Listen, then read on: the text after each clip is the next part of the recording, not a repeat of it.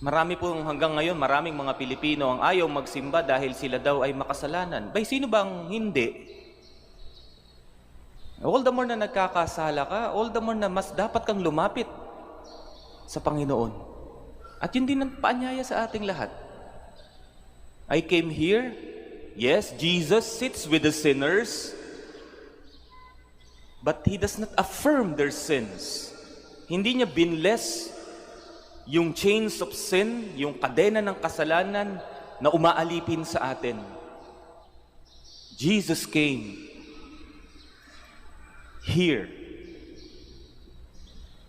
para palayain tayo mula diyan.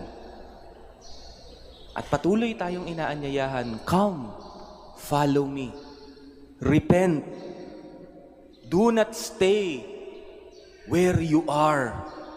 Huwag kang manatili dyan sa pinagdadaanan mo. Come, follow me. Repent. Be healed. Be free.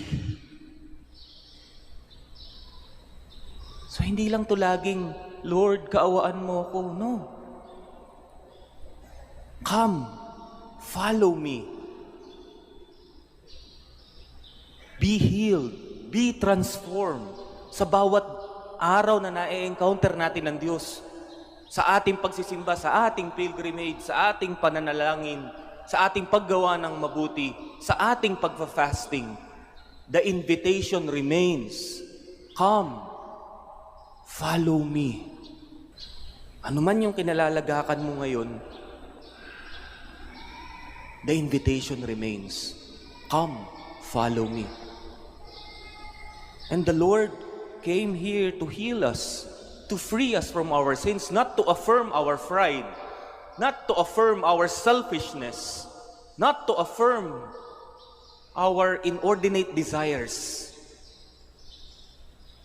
The Lord came, the Lord invites us to be healed, to be free.